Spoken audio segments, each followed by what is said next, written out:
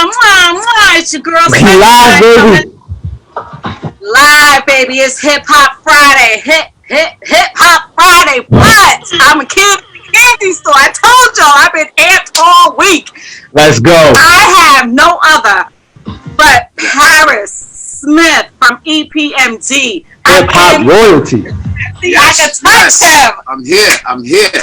Come on. In So the first studio. we need you to like a share, like a share, like a share, share, like a share, like a share. Like a shit. Okay? And I'm Long Island in the building. EP making dollars. Let's go.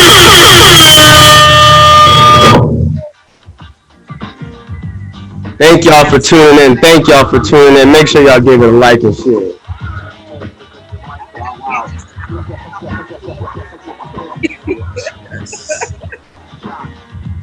So I like to share, like to share, like to share. Ron, did you share? I'm on it. All right, I'm on it too. So let's get into the nitty gritty. Let's get to the people, to your fans. I'm Yes. one of your biggest fans over. Yo, thank you. We appreciate Um, that. introduce yourself to the ones that may not know you. Okay. Yo, my name is Paris Smith. I'm from one half of the legendary rap group Epmd. It hails from Long Island, Suffolk County. Dropped my first single, 1987. It's my thing. B-side, You a Customer.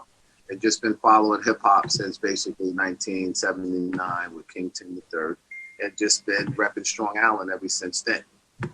So that's the beginning.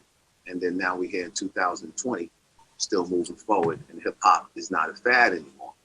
Shut my business. Yes. But I like how on one of the interviews, Eric said you guys need separate categories instead of being put into one category. Right. And I agree with that. That's So correct. have you guys asked them to start separating and not just put everybody all lumped together? Yeah, I think, well, in the beginning, that's what it was. You know, in my opinion, hip hop is a free forum to build what you feel you want to contribute to the culture. And in the beginning, the biggest fight was hip hop going to be fad? Is it going to be around? Okay. And so many people was trashing the art form, which gave me more inspiration. Okay. And then once it got so big in 1992, you know, it shifted from the whole purpose of it. First of all, hip hop was to get people out of the streets. Okay. And then second of all, the whole point of hip hop was to sound different than your colleague, not to sound the same. So Eric B didn't sound like Eric B and Rock didn't sound like Slick Rick, Dougie Fresh, but the MC didn't sound like the Kane didn't sound like, you know, boom. But then in '92 when the Hit Squad came, and then it was EPMD, Das Specs, Redneck K Solo, and we basically shut hip hop down. Then it became less of an individual effort, and you had to have a crew to even compete. And then that's when that crew made it so big, where the essence of the game was lost, and then everybody started sounding the same. So that's why we're back to work. I'm so happy you guys are. You don't understand. You Yes. are right about they're sounding the same. Right. I'm like, bring back the originals. Bring it back. Yeah. And then Nas dropped his album. Yes. And then the Locks dropped Right. theirs. And then Public And then, Enemy. yes. Common dropped one. Yes. Yeah, so it started So I'm rolling. like, yes, they're coming back. And now I hear Lil Birdie told me KRS-One is dropping his real soon, too. Yeah. So that's great. Well, what you got to understand, like, it's kind of different. It's kind of ill. When we was younger, we just wanted to be part of hip hop and be down, just to be heard on the Rap Attack world. So we made music and gave it to the companies to make big. Now, when the fans requested it, hip hop got so bad that when we say come back and bring ourselves back, we had to actually do the work. So there was no more company there. So when you see all of those albums and stuff coming, that's us for the love of hip hop, receiving the love back from our fans who now have digital outlets and like, yo, what's up? It's one-sided like this. So you can't wait for anybody. And now we realize that most of the labels we were on were independent anyway, you know, or independent connected to me. So for the record, we're doing the work with the passion and the love. And if hip hop is in your heart and it's allowed you to exist for 33 years or 34 years and keep going, now, you know, fans, that word don't really, they use it, but I just be looking like business partners or colleagues, and we'd be polying because we didn't know what it was when we was younger. but now we older. So now you fly in through the platform. This is the Source magazine now, because it's digital. You understand? Yeah. Before in the world, you used to have to go to the office and do the interview. The DJ used to have to carry the crates, Serato. We used to have to go to about 40 cities to promote each one of these albums. Now you can just go on your promo tour in the living room, hit one button, and be in Africa in milliseconds. So the culture is still growing, but it's up to you how you adjust to the technology and maintain your talent at the same time. So we're not just getting here. We're the ones putting the music together. We're the ones working with the distribution. We're the ones putting out tours and stuff together for the love of the fans. But it's a two-way street, you know. So when you come with the energy like that, we was moving so fast before COVID, we wouldn't have been able to even have an opportunity to sit down and have a conversation. So when you say you appreciate my music from back in the day to when you with your friends and they're like, okay, that makes me appreciate this, because you see we got the new boom box out. Yes. That's out. So shout out. Make sure you go check that out.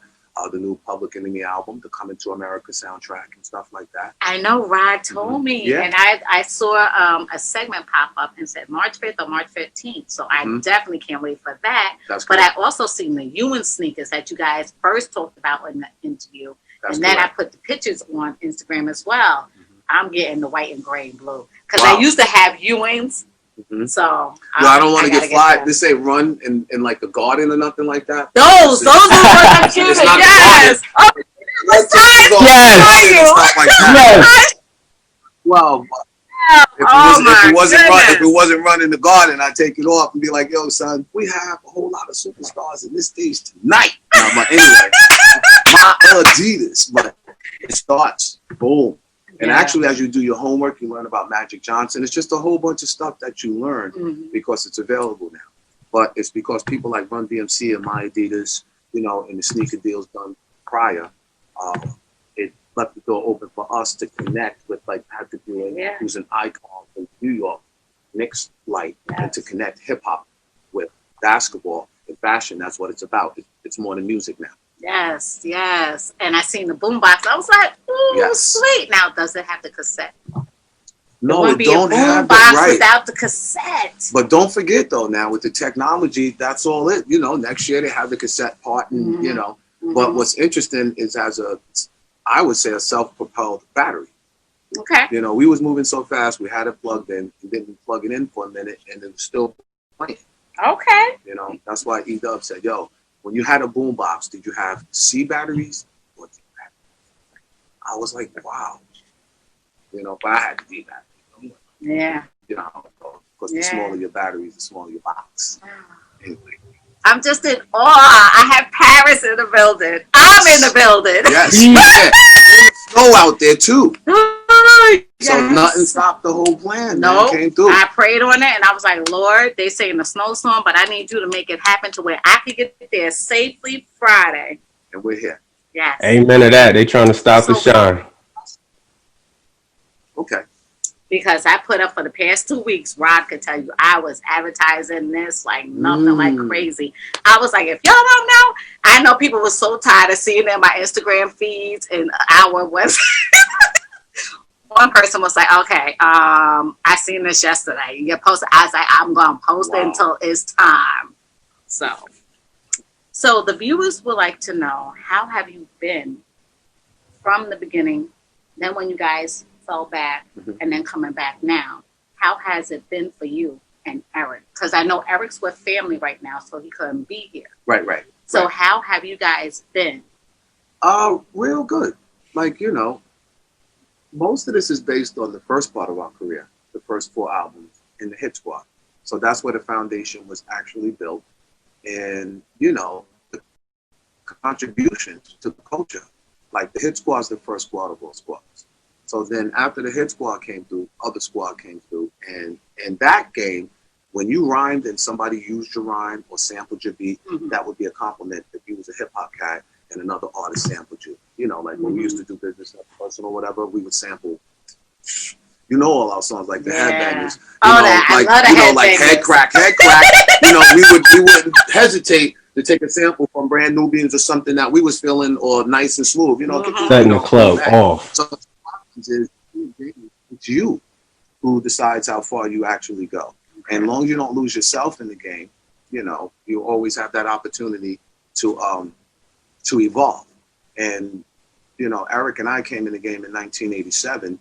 So like our people always say, we was raised in hip hop, moving at that fast pace. We came in for Dolo, but then from there, then we connected with Run DMC, went on the Run's House tour, the biggest stage. Then from there, the Public Enemy tour, then the Nitrous tour, LL Cool J, and then just put the whole hit squad together and took over the game and cornered the market. So, it's all according to how you perceive it. If you have the ability to wake up and put yourself where you want to be, then you can work at your own pace. But if you have to work at other people's pace, then it's kind of different. So, you use the simple theory. If God gives you a Hershey bar and he gives you a Hershey bar, and, you got to know how to ration that Hershey bar. You eat every brick on that Hershey bar the first day, and it's a 7-day stretch. Those last 6 is going to be soft. So you know what I'm saying?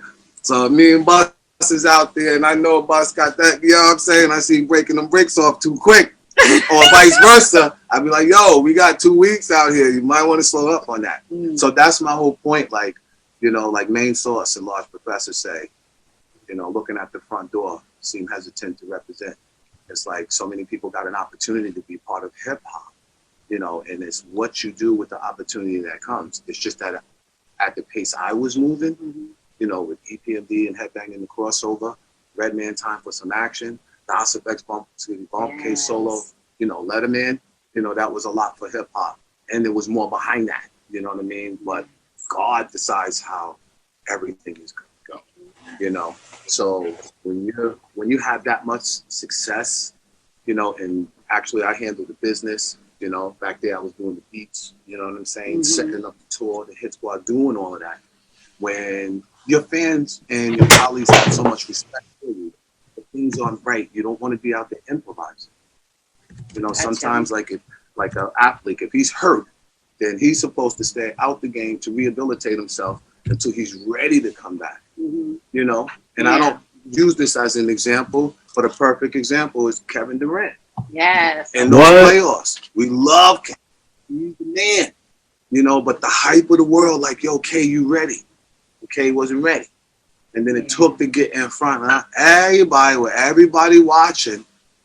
That fast pace is that fast pace. And especially when you sit at the top game in the fast pace with the headbang in them, you can't find it. But the whole point is when you fulfilled, then you got to know when you got to chill. So when you got that many years in the game, that many gold and platinum plaques, that many number ones, that many tours, you're, in my opinion, you're in a whole different realm. You're going to learn from Run DMC, Rush, Russell, Leo, like Chuck D, the S1Ws. Like, yo, we had real leadership out there. I don't want to go left and right with all of this, but that's how it was. You're fine. For me. Tell it, like for Eric and I, like we just, no matter with that group I started, we could go through the Apollo and the record skip all the way across the they'd be like in the 5 heartbeats. Take your time. Don't worry. Remember the 5 heartbeats when we came in the church? It's up. Yeah. Now, this is up top Harlem. We seen people, in the Sandman came out like that. Sandman, and they booed you and everything we else. live form, not one boo, just out of the respect for EMP. And that's the way it was in Compton when the watch falls off, okay? And half the people thought we was from Cali with the West Coast sound and you got to chill. So when you are representing something, I represent the hardcore, rough, rugged, and raw, or I stick the underground, keep the crossover. That's real. And when you get to that road and people want to go this way and you want to go that way, then that's when you have to call a time out and evaluate. So in that time, we were so far ahead of the game that I can do that because there was nobody there. Okay. And in that, when there's 2 of us, I ran the first half, came home, got some rest. It sounds funny when I come back to the game and people be like, yo, you know how many times EPMD broke up? I'll be like, yo, that sounds crazy to me. You know what I mean? Because I wasn't in that space. When I get into space, like I don't have to wait. I just create and I do what I do, whether it's music wise or whether it's this or that. And I just think I had to chill to let the game catch up to me. Okay. Okay, because half of those tracks and half of all that stuff that people were using was my recycled tracks, which actually kept me preserved when I was out of the light. Okay. You know, just a little discrepancy in the inside of who did what and who did this. Because people really didn't know. That's the honest truth. Okay? But you know when you spent. Okay? So when you see those first albums and you see So What You Saying, and like, since a kid, I saw it like that when I was 13. So to actually come, create a group, Epmd, you know, and that starts from helping, you know, because I come from a serious no-nonsense family. I got 6 brothers and sisters. My mother and father's from Brooklyn. My pops is people from Marcy. My mother's from Lewis Ave and Green. Okay. Okay, so I'm the 4th child. So by the time I came in there, it was like, you know what time it is. You couldn't even be sleeping when they came home from work. You got, but that's what makes you you. Yeah. But I come from a family that was already moving. So my moms and my pops, they don't have it. You know, my older brother, he started all of this with Smitty D and the Rock Squad. Okay. He was signed to Tommy Boy Records. So to be honest, if he didn't do that, I wouldn't even been thinking that. You know, some people get there front, man, if my brother didn't do it, I still would have been nice. It's not that. Like, I wasn't even old enough to even mess with that, to even more or less promote. Yeah. You know, my brother was like 5 things in one and didn't even know. And it took for me to become a legend in the game to actually see what he was doing way before his time. Like, he used to bring Zulu and everybody out from the Bronx River in a U-Haul truck.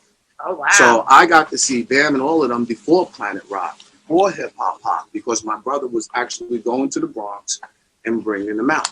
Okay. And that's a promoter. That's one thing. Now, he put a record together. Smitty D and the Rock Squad. So that's an artist and a producer. Then he went and got the group signed. See, I was a little different though. My brother owned the group. He was straight up like, he was kind of like what it was. You know, this is my group, Smitty D and the Rock Squad, and this is how this is going down. But I was the little guy DJing. I was about to say, can I get in there? I was like, who? Can you tell us about DJ Easy P? Yo, here we go, right? So I'm DJ Easy P. I'm on at 14. My parents, for Christmas, I got a whole DJ set. This is a true story. So, but I was acting up that year. So my parents were calling me Knucklehead Smith. Christmas. So, you know, I was like, yeah, okay, cool. Whatever. But I got a little sister who's 1 year younger than me. So Christmas time come, I come out looking at the tree and I'm like, yeah, okay, I know this ain't nothing out here for me. It was all for my sister. And my father and them was playing my mother was playing hardball. That's how they did you. I got on my on Christmas. I wasn't looking for no toys anyway. That was my frame of mind because, you know, my parents were sunning me up. Mom sent me downstairs to go get something out the dryer, and I'm walking down those stairs pissed off. And then when as I get down, I'm walking to the dryer, to the thing to get this, but I'm looking at a whole big ass DJ set. Damn. It wasn't just like a turn in the mix and Merry Christmas, son. It wasn't like that. It was like, yo, I've been to the Roxy. I've seen those 15-inch woofers. I've been out there with DJ Pleasure. I've been out there with Chubby. I know the big shit. And I had all that shit right there sitting. Damn. I had the 2 turntables, then and I mixer, the 1, 2, the echo chamber, and I say, 2 15-inch woofers, 4 10-inch woofers, and 2 big-ass amps. Wow. Okay? So, and at the time, I just got through going back and forth on the Bronx with Jazzy J, and then he dropped the vinyl, Jazzy Sensation, which I was cutting on my new turntables. Wow. Okay? And then one of my sisters used to date Rodney C from Double Trouble, Wild Style. So now that I'm older, I know how it go. He was coming to see my sister, but yo, I was little man. Yo, what, little man? Right? So cool. But he came with the instrumental to the Wild Style movie soundtrack. So I was handed the instrumentals to the Wild Style movie soundtrack at 14 to actually DJ. So that's why all of that to do. That's crazy. That was like 80 when I was 14, 15. That makes me think of one thing. Shout out to your parents, because you know, at the speakeasy, that's one thing we always talk about is investing in your children, and they hooked you up and turned out crazy. Yeah, well, big time. Well, you know what it is. When you're a child, you don't know. Basically, you look at your parents like superhero. You know, but when you get older and then you realize that you're just preserving your kids and protecting your kids until they get older, and then they're able to take, you know, control of their life. You know, you teach them the world that they actually live in. And in my case, you know, there's 7 of us. You know, hard no playing. Wow. Like that's my parents. You know, my mother wasn't scared to come up to the school and see what the problem was. Yo, I got stories, man. I'm telling you. I'm the and even for stuff that I ain't even do nothing. One time I caught a charge at school and didn't do it and still caught it. Like, but my mother's from Brooklyn, so that's the way it goes. And she just was trying to teach her son right to stay out of trouble. And this is how it goes. Amen so to that. all that discipline of grabbing that microphone and taking it serious. You know, it was basically, you know, my family struggle and me watching them. And then my brother actually starting a group and signing to a record label, Tommy Boy. Like we used to wait up to 3 o'clock in the morning because hip hop only played 1 hour. Okay. Wow. And when you had somebody in your family had a record, you would stay up to 3. I was like 14, 15. Yo, wait. And some weeks it wouldn't come on. But the nights it came on, you got to imagine we didn't have no cell phone, no beepers, no nothing. Okay. It wasn't even call ID. Okay. This is how real it was. But when my brother's song came on that radio, Facts of Life, yo, everybody was running through the hood wilding because it was like, yo, look at this. Now, the problem was, you know, my brother was no nonsense because he's from that old school, you know. And the old school is if I ask you to do 3 things and you didn't do the 3 things and you asked me about something else, that's enough to get kicked out of the group. And I was just the DJ. Okay? So with that being said, I was still at my mother's house. My brother he moved out. He was already old and gone. But when he came back with his boys, like the basement was his. My set was his. You understand what I'm saying? And that's where the problem started. It was like, yo, trying to take over. This is my set. So, you know what I'm saying? But I respected it. Here's my whole point was this is how EPMD was formed. True story. So there's already tension. It is what it is. I'm sunned up with my own DJ set at my mom's house, but this is older brother. So I'm in no position to ask him, yo, well, can my man come down here? You know what I mean? Meaning me.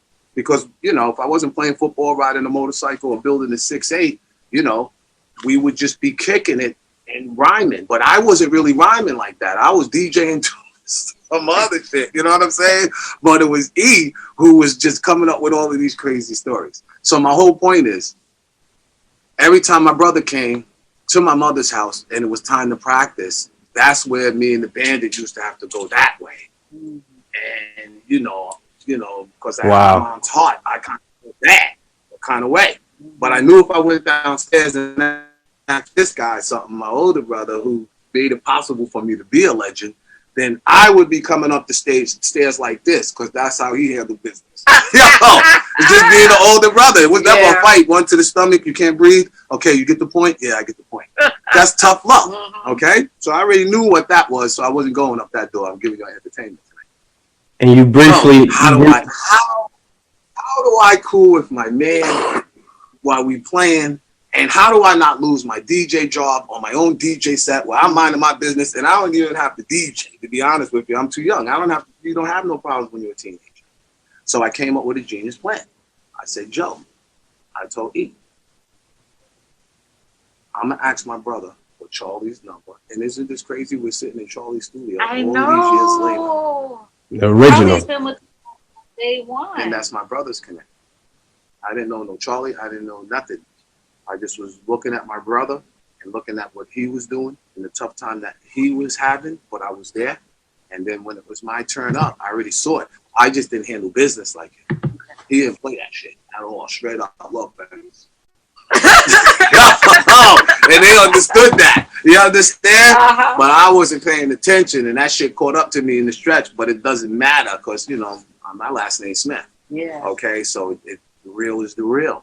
So how do I chill with my man and not get thrown out? I asked my brother.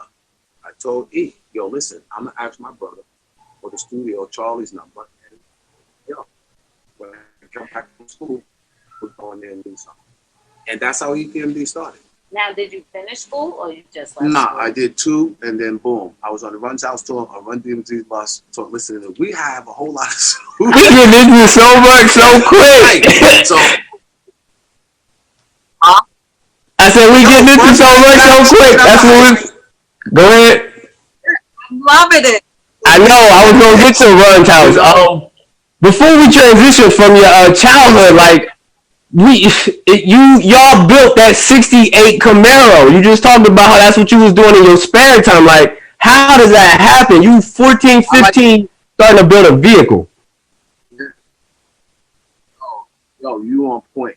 Yo, well, it's all where you at. And I come from a place, I don't know if it's something I had, but I come from a place, if you see it and you see it being done, then you can do it.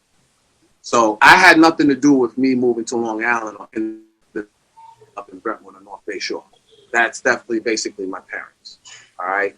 I just benefited from being there because my older brother and sisters came from Brooklyn. My parents and them from Brooklyn, but we was under that house in Brentwood, so it was like Brooklyn, always fucking fresh.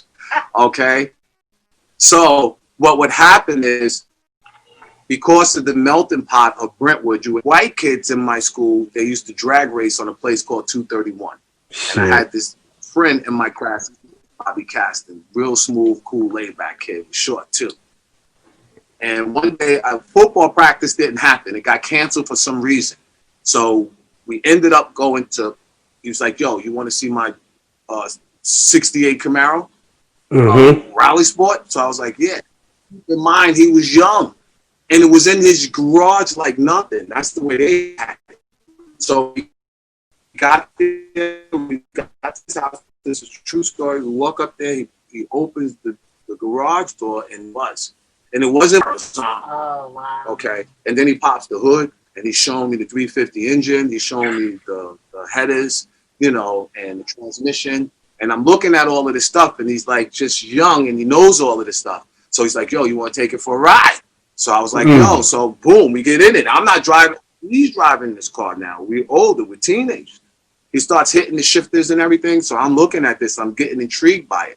So he says, yo, they got this place where they drag race on 231 on their Park Avenue. They be running on Saturdays. I'm running Saturday. You want to come?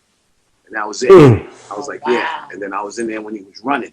And he was running them. And boom, bang, the whole shit blew up. So it was like, yo, hold up. This is where, see, they don't understand. First of all, me and Erica blew ourselves up in that garage because we were teenagers. And Eric was just following me, but I was going by what I actually saw. That was it. The kid wasn't phased. He just was more into, I got to get my shit to the side. I got to call a tow truck to come get it. And I just got to get my car back to the house. Once he got it back to the house, a couple of weeks later, he's like, yo, what are you doing? I was like, chilling. He was like, yo, you want to go to Long Island Avenue? I was like, what's that? He said, well, that's the junkyard. That's where all the total cars with high performance go. And the bodies are total, but the engines are still good. That engine. People at the place, they don't want to throw the engines out because they know. So you can get a brand new engine for half the price. So I said, yo, I'll go. I went with him. I seen the car he got. I seen him delivered to his house. I saw him take that old engine out of that 68 and put the engine from the junkyard in there. That's all I needed to see. And then next thing you know, I got home and I was like, oh, wow. I went in the penny savers. 68 Camaro. Boom, got it. Now my man, Ivan, who I was running with, he had a 1974 Nova with a 354 barrel carb on it. So I was like, yo, how much is that? He's like, yo, I'll sell you that for 150. So he sold me the Nova with the 350 that was in the 668. Now I'm thinking like I'm heading to 231, and I did, okay, with E. But we had to get the car painted. Like all of this stuff was what was here already. You remember? So you fix up all the cars and you're like, damn, I'm doing the body work, learning all of this. And I'm like, yo, I got to get this shit painted. How I'm going to do this? And then you turn on the TV. Uh-oh, better get makeup. Eric will tell you all of this. And I was like, yo, and it was like, yo, we painted, we paint your whole car for $100. I was like, how is that possible? It was like, bring it down. And I'm telling you that. That's how fast we was moving. Wow. Like I built the car and drove us out of here. So please listen to my demo. And wrote the song in the process while we was out. So You're right, we moving because the whole speed of hip hop travels light speed. Light It speed. moves when those rhymes and everything be all over the place and shit. Either you want it or you struggling with it. But our existence was all about we didn't have, so we had to create a way to actually get there and have. So those vehicles was built. You had to learn how to fix cars. So once you built the car, Eric can tell you these stories on Please Listen to My Demos Real. E double had to push while MD stared. That's because I built the car. We didn't have AC. We got our contract in like July, August. And me and E, if you was E, I'm telling you, this is real funny shit. We used to ride until we couldn't take it no more. Bro, keep my mind blown. Say like, Pulled over. not pull over. Yo, there was a couple of adjectives. Not pull over. And that's the yo.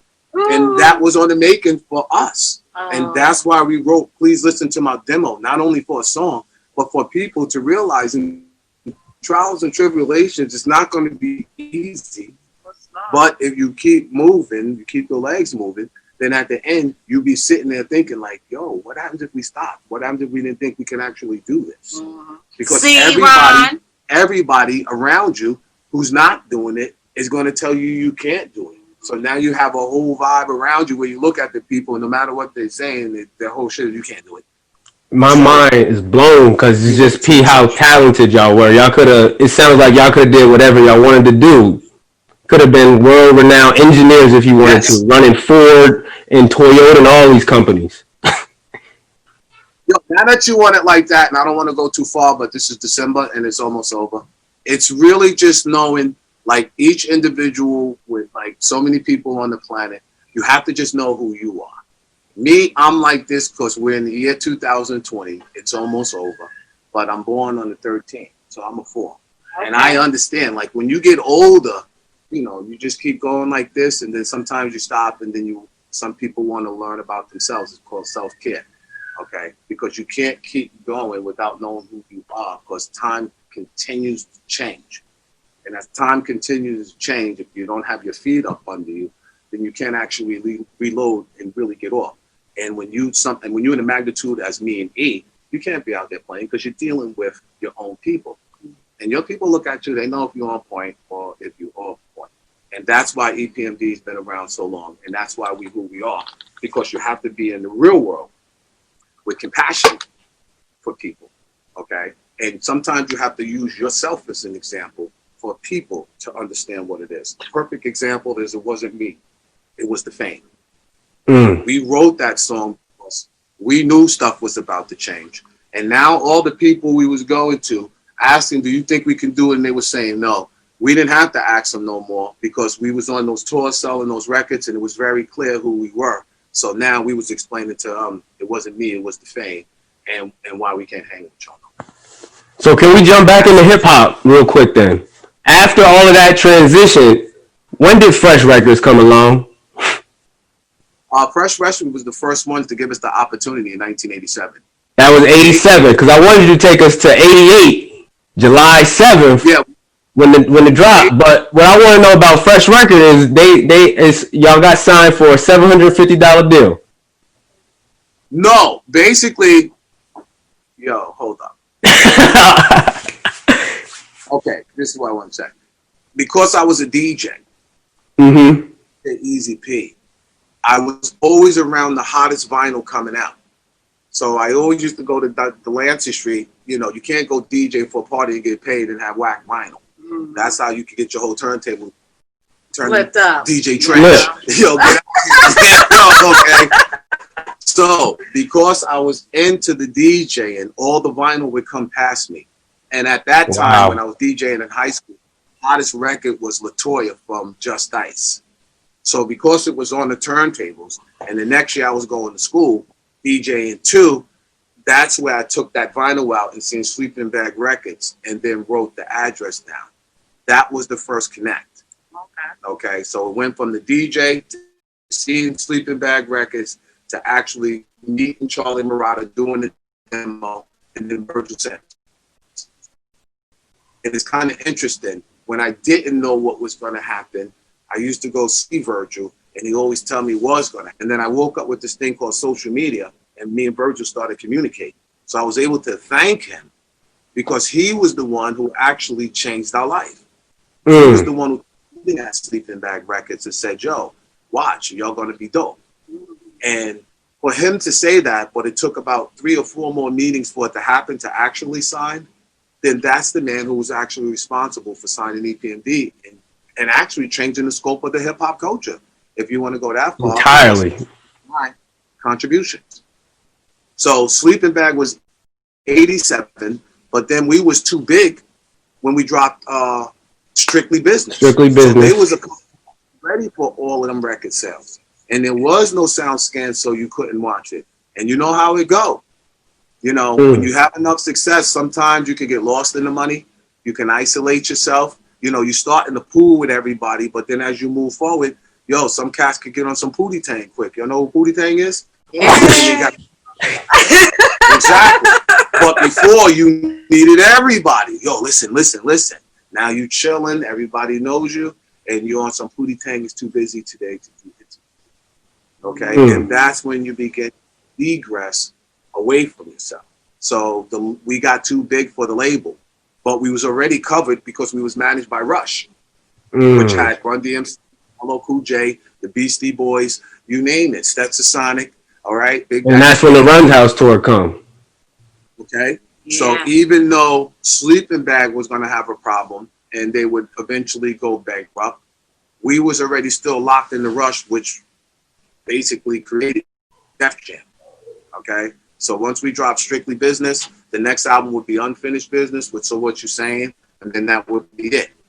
That label would fold, but because we was on that Runs House tour, Def Jam would pick us up, and then that's when, you know, the whole explosion happened, meaning putting the Hit Squad together, LL Cool J, Rampage, you know.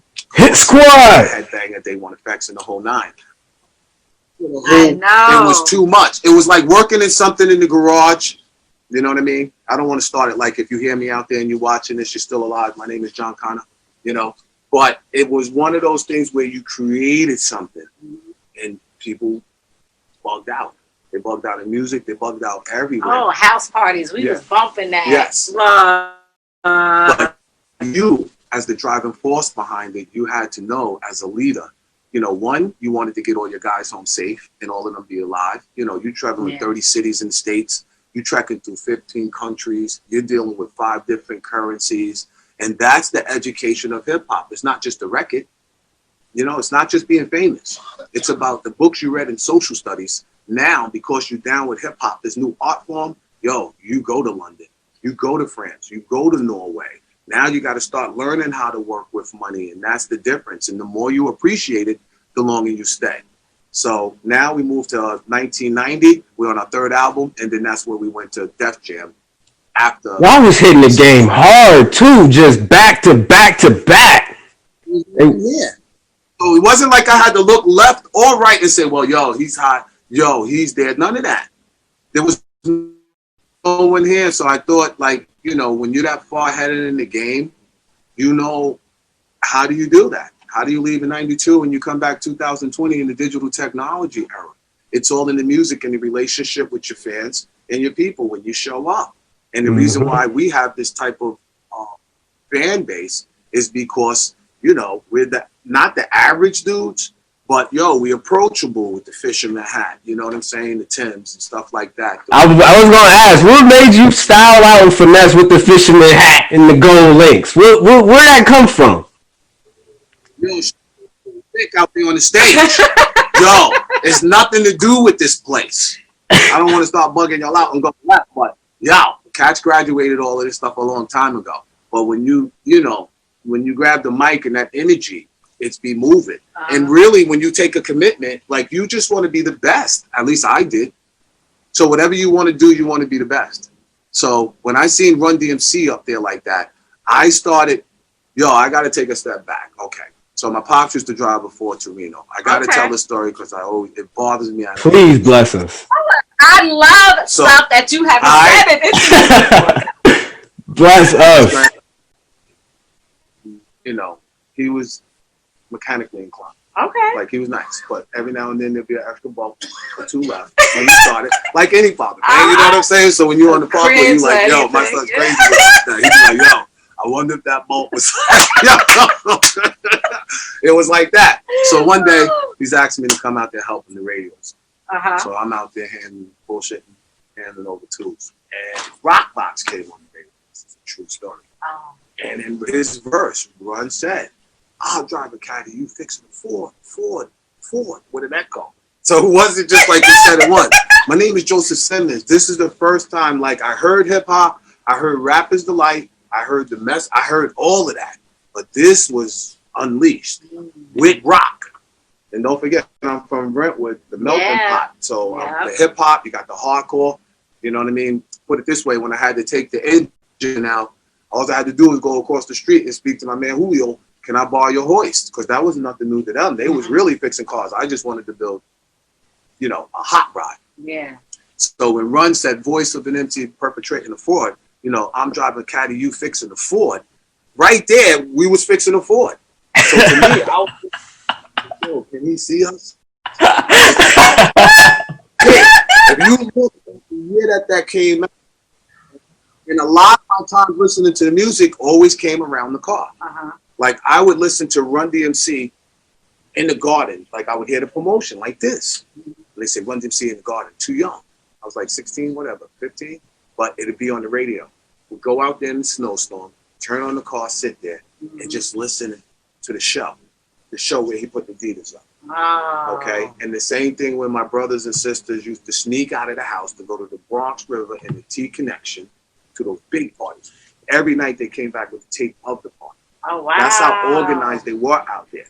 So you can go to the party, but you could also purchase the cassette. And I was 13, 14.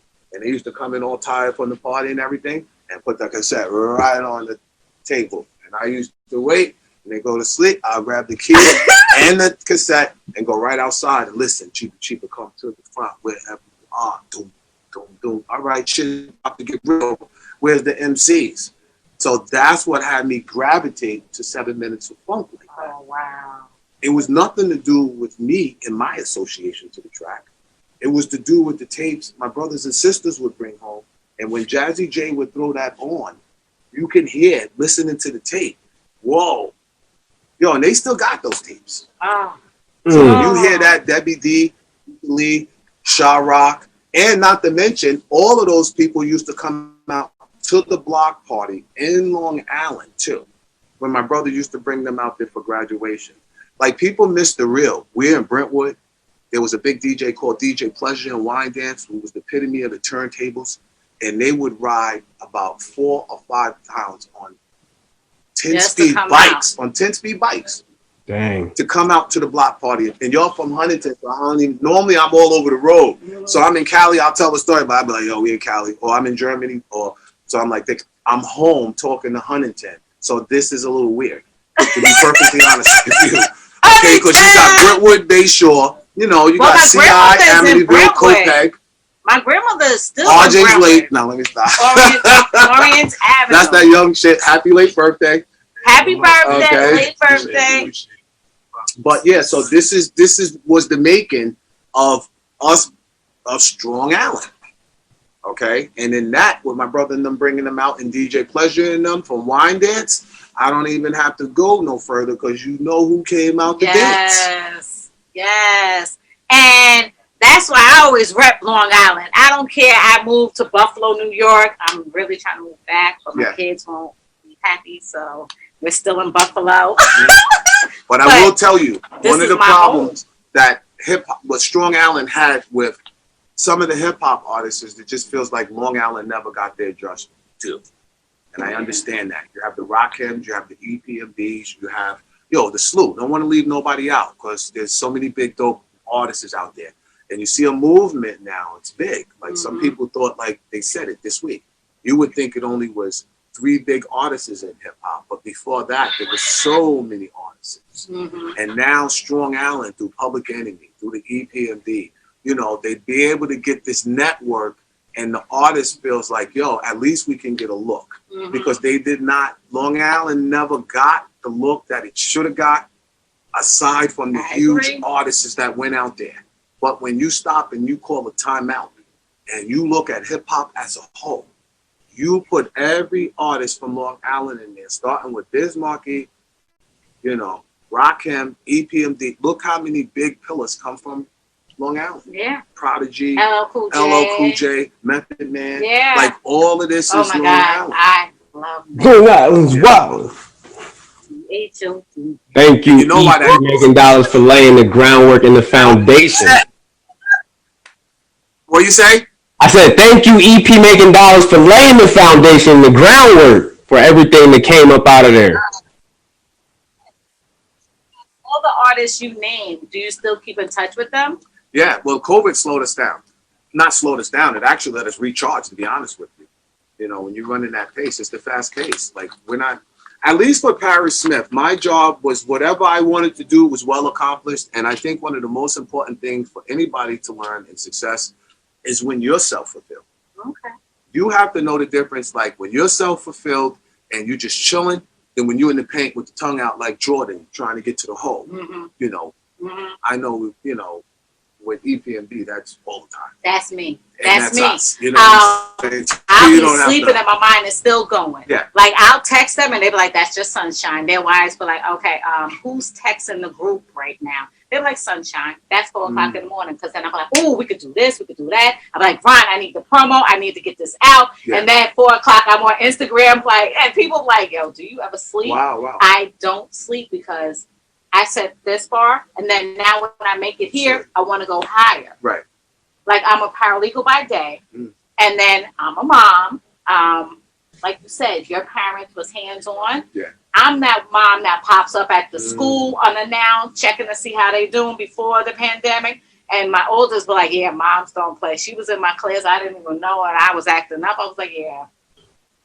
And so they all got stories like, "Yeah, mom pops up real quick. Yeah. Yes, in a hurry." Right. And I tell the teacher, if they got a problem, call me. Here's my cell phone number. I want you to call me. I will leave work. I tell my boss all Yeah, the that's time, the way it I is, will right. leave Mhm. and I'll be back. I got to go handle that. Definitely. Embarrass them if you want to, Definitely. because I grew up with a village. Mhm. And And the same here. Yeah. Like my mother really wasn't scared to step in the school door. I ain't gonna I lie to you. yoked I owe them you this up. one. There's only one situation I didn't do it.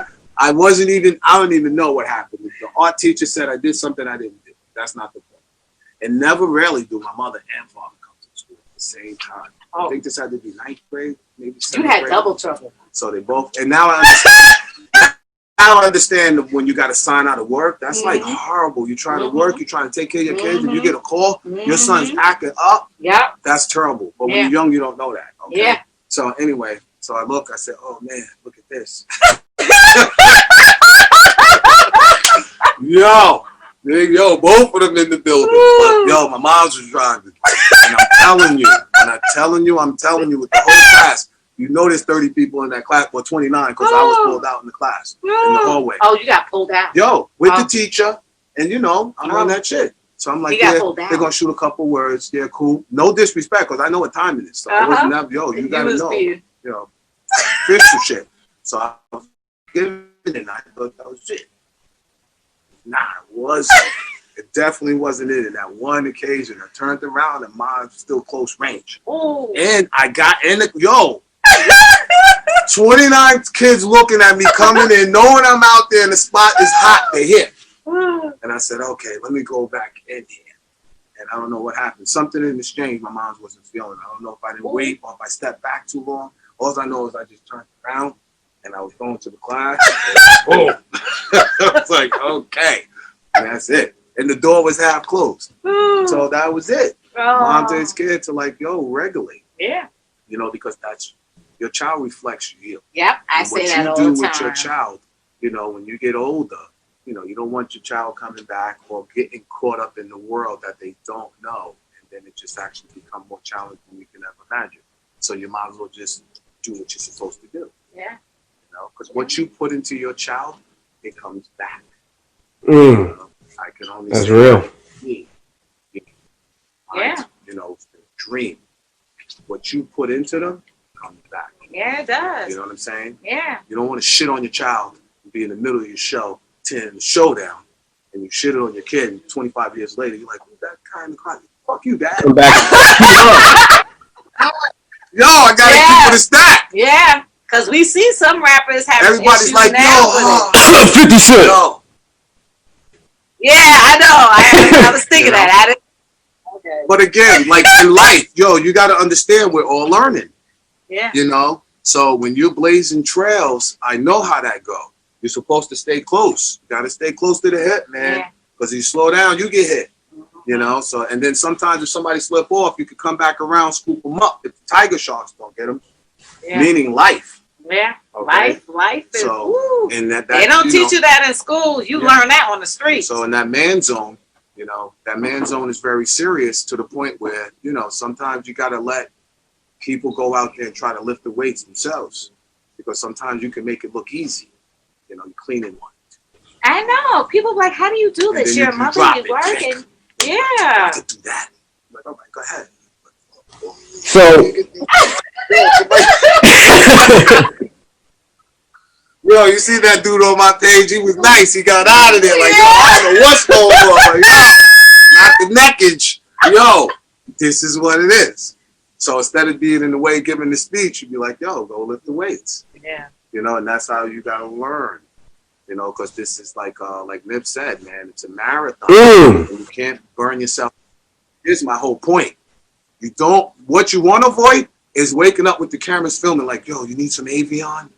That's a problem when you work so hard, you lose the balance inside yourself that you pass out, or you fall out, or you fall off a stage in a digital video technology era.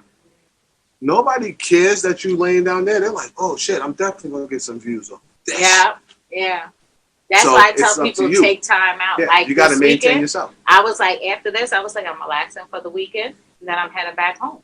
But yeah, because you're ripping and running and you're doing everything, you have to recharge. You have to self-care. And in I your do body, that. you know. Massage. Hello. I was like, I do the massage. I'll do the getaways and turn my phone off. And people are like, yo, you was off the grid. Yes, I was. Yes. Because you got to refocus. You got to get yourself back. And then if you're getting frustrated and everything, you be like, okay, I need a time. This means time. Like that Snicker commercial. You got to look. Art imitates life. They put that Snicker it's commercial real for a reason. Like, you turn your whole different, yo, man, you need this. Yeah. But that's the difference. That's the difference between going in a board corporate meeting and getting frustrated because you didn't need the breakfast and the lunch. You don't have the balanced diet. You're trying to do the work of 40 people, and all you ate was a banana for breakfast. Yeah. And you wonder why you're in the hospital hooked up to the IV. Now everybody who told you couldn't do it come visit you. Right? Okay, yeah. And they visit you to see your thing. Yo. The ones that say you can't do this, I'm like, you feed my fuel. Yes, Thank you. yes. Like, you can keep hating, but I'm going to prove you wrong, and then you're going to be sitting at the table watching me from a distance. That's the fun part. But if you moving too fast and you miss a step, and then now you like, yo, you got, okay, Doc comes in with the board. Yeah, you need some rest right there. So P, I know we're running out of time. You gotta go. Yeah, right there. We there. My bad. We still live? Yeah, we're still live. I know you gotta go, but I need you to bless us with 2 stories, just real quick. Recording on what's that? So it blows my mind. Big Daddy Kane, y'all on tour, and y'all all the niggas is there. We all get live. Meanwhile, this man up on stage in a Speedo in a hot tub. What's going on with that? Nobody told him you gotta chill?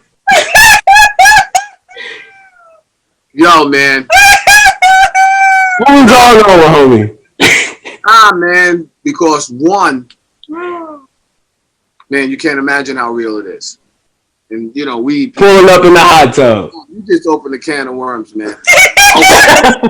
Yo, this everything, man. I was made out to look for the bad guy, but nah, it didn't go like that, man. I was taking care of business. So, oh man, this is different. I mean, I've been on stage and on tour like you getting to come on, nigga. You in here with a Speedo? Come on, you gotta chill, bro. What you doing? We got waxed that night. Yo, we should have just held our position. Sometimes you be rocking, you be looking real good. There's nothing wrong with opening up, There's nothing wrong with the second and third position, okay? But if you rookies, you know, and Kane got out work and he got set it off, like, like there's a whole bunch of situations going on there with Big Daddy Kane. And then the women's appeal. Okay, we had Jane haircut like Anita Baker. That was it. You know, Kane, he was out there kind of like, yo, he had, I forgot that album that he had, but it took him somewhere else with the late. Well, yo, I ain't gonna start. See, she's that. Look at her. Chill out. Hey. His album with Dolomite, I told you, going to high school, walking to the block, Dolomite, and his little skits with Dolomite and everything. I was like, oh. And it was real. It would take that personality. It's kind of like what Snoop do on the West Coast when he's working with Huggy Bear. Like all the people we used to watch, you know, when we was younger. You know? So when you take all of those people and the talent they have, you know, coming from Brooklyn or wherever they coming from, you know, you get different type of outcomes. But with that situation right there, we was on the tour. This is after the Run's House tour. Kane and them already moving. They got Scoob and Scrap. You know what time it is. And they got those big records. For some reason, me and E would open. And at the end, it wasn't like we thought we can get Kane or we was ready. But we did have the power to speak up and say, hey, can we go on after Kane? And this was the problem. We had a problem before this, and I ain't going to go into this because I still mess with that story. Okay. Because I was made to look out the bad guy of that story. Oh. Right? So anyway, we have something going on in the venue that night that wasn't working in Epmd's favor. So I had to speak up. And I spoke up, and I was right. Okay? So, and speaking up and being right and feeling that we got done unjustly, I got on some George Jefferson shit. Is on the same page I am. So in our minds, we thought we could walk out of 25,000 capacity venue and hop on our bus and just bounce with no problem. That's where we were. And as soon as we got to that tour bus, we knew that it wasn't like that. You know, the D's and the squad cars barking our shit off. That was a little sign right there. Then when they closed the whole gate to the whole venue and the bus couldn't move, that was another sign. And then when they actually came on the bus, and shit. It blows my mind that y'all thought that y'all could ride out like that because y'all music, that West Coast vibe. I thought it was just me they got. I didn't know the cite and riot charges. I didn't know none of the charges. I just said, yo, somebody, the shit ain't worked out the way the nigga said it was going on paper. Everything's not happy. I'm not happy. We out of here. We know you guys to chill in the Motor City. I gotta stop. Oh, no, keep going. No, you guys to chill in Motor City tonight. 313. Yo, sorry, but hey. That was in the Motor City? Yo, we was in Joe Louis Arena. I'm talking to Hitman Hearns. Hearns is standing there with the three-quarter. Three girls, the Rolls Royce. I can't go into it because then it's going to be too much and it's not good. Okay. So I'm talking to Hearns, and then something else goes down. Oh, so, Lord. Hitman Hearns? We in Detroit. And this thing is sold out. I said, yo, Hitman, I get what up, though? All right, well, that's crazy because that's an amazing. You gonna finish it because that brings me to my next question. It's Detroit. Well, I thought it was just me, but I wanted to check. I got a little message, and I realized they had Eric too, right? Yo, man, I'm gonna stop. Let me chill, but these are true stories. So the game was we ended up in the production office handcuffed, where they had the radio back to New York. Get Russell. Tell them, yo, the boys is acting up out here in Detroit. You better holler at them. We got a problem. And then my whole point was, we went out there. We did the show. We had the headline and close. We wasn't even headliners at the time. But we went out there and we rocked the show. But after that, we were tight. So we said, the next show we want to go on after Big Daddy Kane. And now, I don't know why they gave it to us. I get it now. Okay? Because we were just wilding. So they said, yo, give them the bone so they chill. Don't fuck the whole tour up. Stop messing everybody's money up. We got 20 more cities to go. Right? So I'm like, okay. We get in there. They granted us. Okay. And they said, yo, y'all could go on after Kane. Word. Cool. We got to the show. You know when you're in the show, you know when you're in trouble. You know when another artist is destroying this place and there's no coming back. What are you going to do when you suck the life out of the whole crowd and everybody's tired? And by the time you get to your mic, everybody here who was up and looked up, it's just they're done. And they're like, well, y'all got it. And that's what it was like. I know how y'all used to set it off. We're standing there. I'm telling the story. Me and E watching this because we're up next. We're like, yo, where the hot tub and the jacuzzi come from? Like, look at all of this shit. Real water bubble. Some niggas get props and they just props. There was water. Okay? And we didn't have none of that. But we did have a big cash register that we paid about $40,000 for that me and Eric never used because the shit was too big for every venue. This is a true story. Oh, wow. And we were supposed to come out the cash register. Craig Mack would hit this machine thing like he always do. Oh, and then the money store, the drawer would pop out, and then me and Ease just start wrecking the crowd. But wow, it was to bring that out there. And the long story short, after that show, we got back on the phone with New York and was like, yo, we good. You can put us back in our regular lineup. And that was it. They said we had. Wow, I gotta sneak one more in because we in Detroit. And literally, my motivation, my mentor, every reason why I podcast and go so hard at this, I think is because it's a close friend of yours who reps Detroit. You know who I'm going with. He's a basketball player. Oh, no. Yo, I know exactly where you're going. Y'all don't even really know, man, how real deep this hip-hop goes. It goes deep. My dog, Jalen Rose, is out there hanging out with y'all wilding, and I just heard the story about how he almost got caught up with y'all. Yo, wait a minute. You heard the story, right? I heard the story. Jalen 6-something got jumped in that van. No, that was on me. I was moving. And I had Jay. I got to catch up with Jay, man, because, yo, it was terrible that night. Again, not in Detroit, but Saginaw, Michigan, same thing. You know, come on, man. It's real. That music, so what you saying? Some cats just came to our show when they had a problem. You know how it go. They're like, yo, he's going to be at the show. Listen, so what you saying, come on? Boom. That's what it's going down. And that's how it was in Saginaw, Michigan that night. Like, Saginaw. 30,000 people. It wasn't about us. It just went like this immediately. Wow. 15,000. Can you dig it? And even the women with the food, you know, the diehard, they was getting just the whole air ripped off and sent back. Yo, it was serious. Wow. So once we realized this show ain't coming back, yo, there's no music. Normally when the music stops and the fight starts, you keep the music going. This went somewhere else. And that's the night J. Rowe was there. This big. Wow. Shit flying, bullets flying.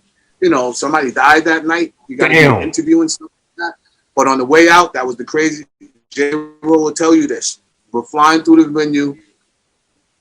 It was a little, you know what I mean? Well, anyway, we're running through the venue. We get out the venue. All the people from the show is coming out the same door. So there's like 10 doors. We come out door number 1, 2, 3 to 10 open. So we're like, oh, man, we can't go through there. And Jay is here. So we have to go all the way around the back in the heat trying to catch up with us because we all got mixed up. Long story short, we finally get to our shit. This was on some the move shit. This wasn't some the car's going to pull up and you got in and was like, great show. That van was going to be moving. You had a couple of seconds to get in it and you had to be out. But as I'm moving with Jay, I'm like, yo, wait a minute. Where's Jay going to fit? And you had to break down in your head while you moving in D, weapons out. Okay? Mm-hmm. And Jay will tell you right there in the alley. And once we got there, I don't know how it worked out. When they opened that van door, Jay, you're going to have to lay down. Almost got out on his way to a $100 million contract. When when everybody was rolling out and the door shut, then there was Jalen Rose just sitting there. You know, the back of his feet was down here, but the front of his body was up in the front towards the driver in the van. And then we just got to the hotel, started kicking it. And then after that, since then, chill. And Chris Webber too. Whew, Fab Five. I love Chris Webber. His attitude on the court was monster. But that's because they were big EPMD fans, and just like the music, their style and their attitude. They bought the long shorts. To be with you know what I mean? Long shorts, black socks, ball head. They send me all of his NBA jerseys signed, like all of that stuff from every team. Yo, when Jay used to be guarding Jordan, I used to be on the line with him. We used to be talking. Just Jordan was Jordan, but it was cool to know Jay and know he was growing guarding. Yo, and I was a big Jordan fan. Me too. But when I was on the phone with Jay, I wasn't a Jordan fan. Because that's right. Because he talked so much trash about Jordan. Yo, those guys are real. Yo, when I tell you those dudes are hip hop, you don't understand. Oh, Jay carried the culture. Hell yeah. That's what he about. Yo, I need you to hop on Jalen and Jacoby. Yes. Well, when they open this place back up, hopefully, because JB showing us love. His shows, guys, to give the people the dope picture. How hip hop. Yeah. Oh, that is beautiful. Yeah. But Jay, that's a hip hop dude. He knows and he repped that. That's like Jay was in the action. So I was like, yo, Jay, man, like, yo. But that's him, the hip hop. And with the hip hop, that's when it goes with the ball. Yeah. You know what I'm saying? And then bang. You see with LeBron and Hov, it goes hand in hand. Yeah. Yeah. And I love what LeBron's doing, giving back to the communities and everything. He's the epitome of what it is. So he's that. That's amazing. You know, schooling. I mean, like a whole school. Yes, he brought a whole school. Like, and that's the the new word. Yo, he brought a whole school. Whoa. Teachers. Yo, come on, man. Yeah. You got to give credit where credit is due. Exactly. You know, and you still catch heat. Yeah, but it is what it is. But it's nothing wrong with the heat. It's all in the development. That's all it is. It's like hip hop.